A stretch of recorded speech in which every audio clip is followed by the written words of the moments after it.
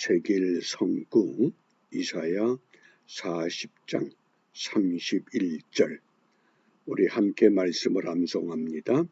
오직 여호와를 앙망하는 자는 새 힘을 얻으리니 독수리가 날개치며 올라감 같을 것이요 다름박질하여도 곤비하지 아니하겠고 걸어가도 피곤하지 아니하리로다.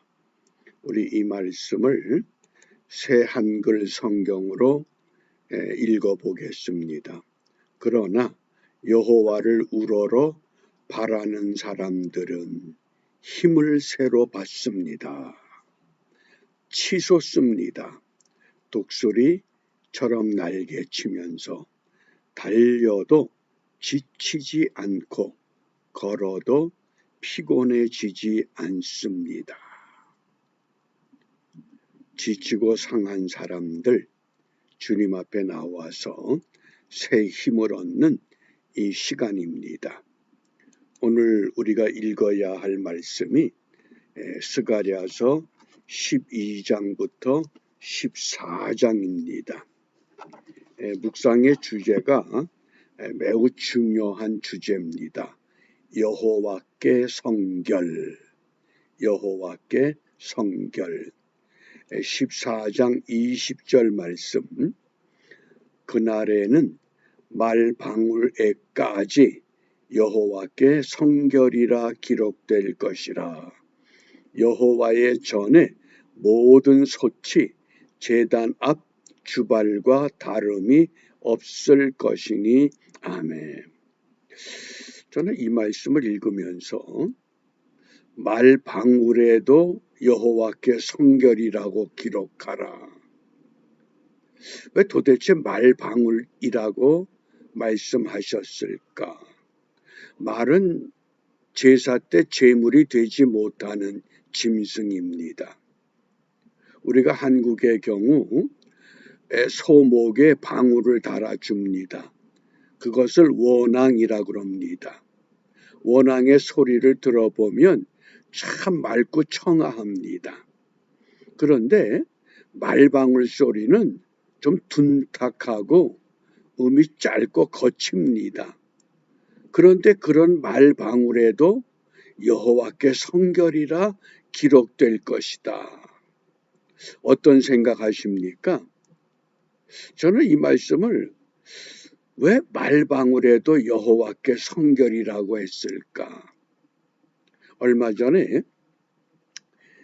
우리 거실에서 새벽에 저는 이제 조용히 성경을 읽고 준비를 하는데 우리 집사람이 성경을 큰 소리로 읽습니다. 성경을 읽는 소리인데 얼마나 이 마음에서 갈등이 나는지 그래서 좀 조용히 속으로 읽어달라고 그랬습니다. 근데 왜 그럴까?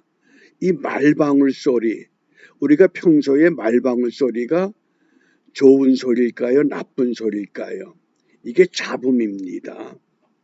우리가 흔히 도시의 소음, 도시의 잡음 그러면 여러 가지 소리들이 있습니다. 앰뷸런스 지나가는 소리, 소방차의 경적 소리, 또 건설하는 현장에서 나오는 소리. 그런데 이 소음들의 공통점이 과학적으로 증거하기를 집중력을 저하시킨다 그럽니다. 그런데 이 말방울까지도 여호와께 성결이다. 도대체 이게 어떤 의미가 되겠느냐? 저는 이것을 묵상하다가 한 가지 깊이 이해한 것이 일상생활의 거룩을 강조하신 겁니다. 듣기 싫은 소리도 그때가 그날에는 그날이 오면 듣기 좋은 소리로 들려진다고 하는 것. 잡음이 아니라 정말 아름다운 선율로 바뀌어질 수 있다고 하는 것. 왜요? 모든 것이 여호와께 성결하기 때문에 우리의 삶 전체가 밥을 먹고 잠을 자고 뭐 또 용변을 보고 이런 모든 사소한 것도 뭡니까? 그날에는 여호와께 성결이 될 것이다. 그러니까 무엇을 강조합니까? 우리의 모든 전체, 이것이 하나님이 통치하고 하나님이 주관하는 것이며, 그렇기 때문에 궁극적으로 이 모든 것들이 다 성결해야 된다. 거룩해야 된다. 그런 의미에서 이 하나님의 이 성결이 어떤 의미인가? 성결이란 한문자의 그 훈을 보면 우리가 한자 사전에서 옥편에서 성인성, 우리가 흔히 거룩할 성으로 기억합니다. 깨끗할 결입니다. 거룩하고 깨끗한 것이다. 그러면 우리가 신앙적으로 성결이 무엇이냐? 그 성결을 대표할 만한 성경 말씀이 레위기 20장 26절입니다. 여기 성결의 정확한 성경적 의미를 소개합니다. 말씀을 함께 읽습니다. 너희는 내게 거룩할지어다. 이는 나 여호와가 거룩하고 내가 또 너희로 나의 소유를 삼으려고 너희를 만민 중에서 구별하였음이니라. 아멘. 성결은 무엇이냐?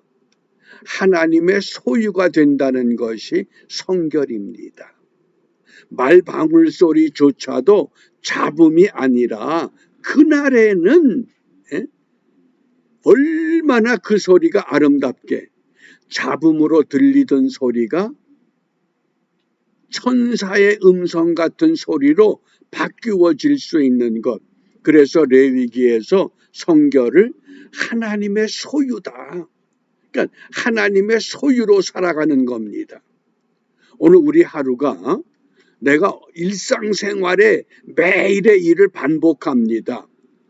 목욕도 해야 되고 밥을 먹기도 하고 발을 씻기도 하고 쌀을 씻고 음식을 만들고, 그런데 그것이 성결하다고 생각해 보셨나요?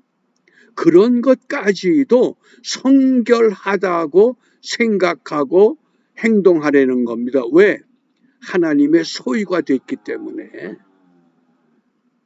그래서 저는 이 말씀을 묵상하다 성결이 두 종류로 구분됩니다.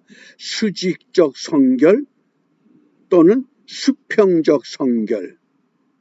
이것을 수직적 성결, 수평적 성결을 어디에서 확인할 수 있느냐? 이게 십계명에서 이미 이 성결, 이 거룩을 말씀하셨습니다.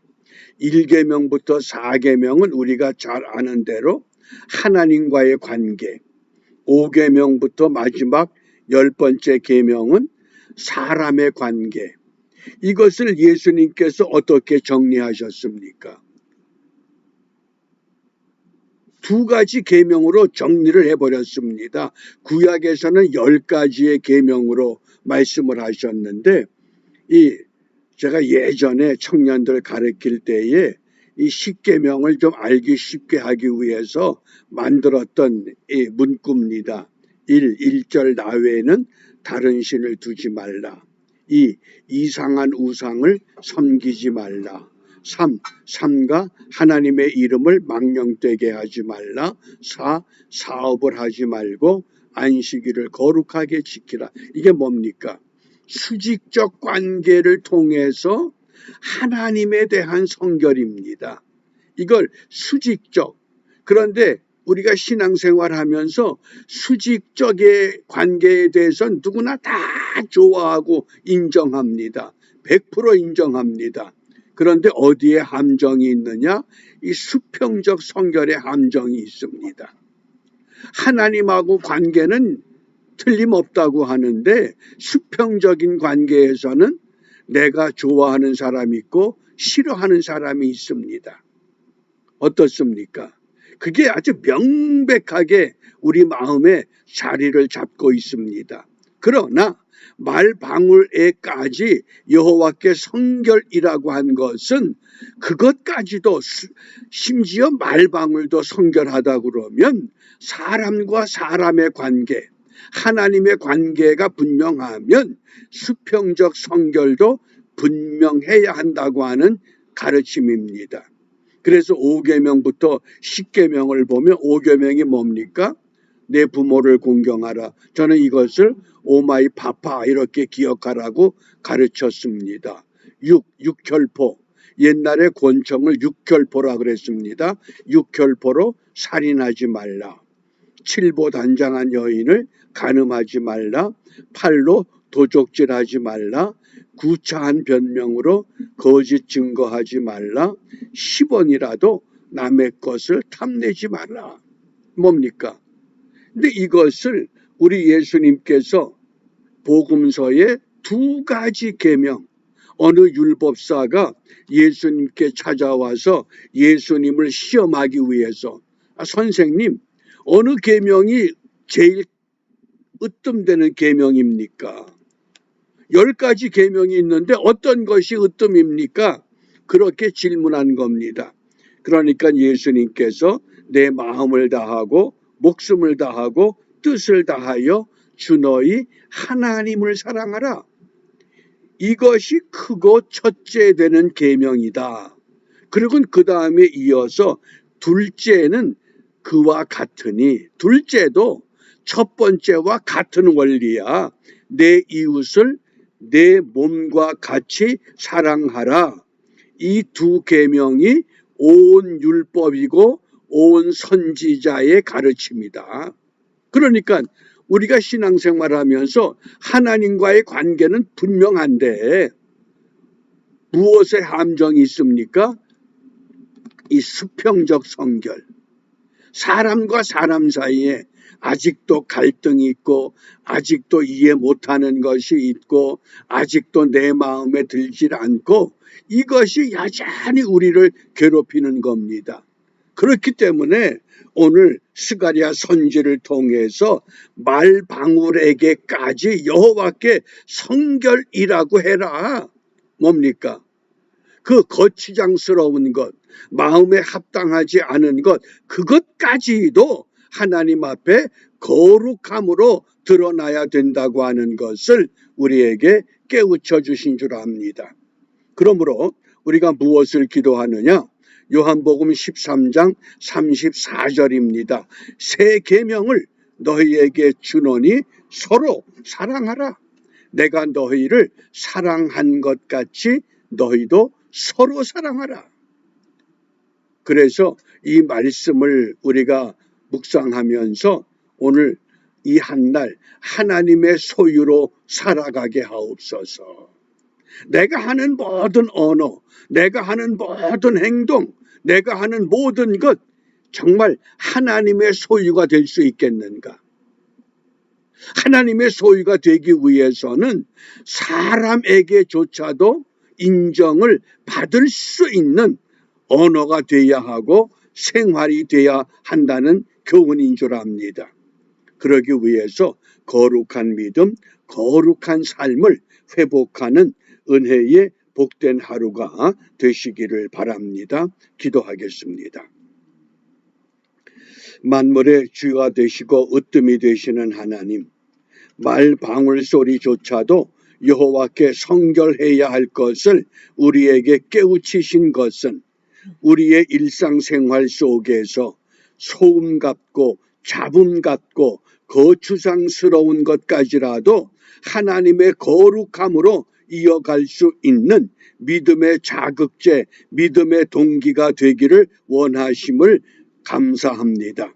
비옵나니 오늘 온종일 거룩한 믿음, 거룩한 삶을 회복하여 이 땅의 모든 성도들이 하나님의 소유된 거룩한 백성으로 세워지는 은총의 하루가 되도록 인도하여 주시옵소서. 예수님 이름으로 기도합니다. 아멘.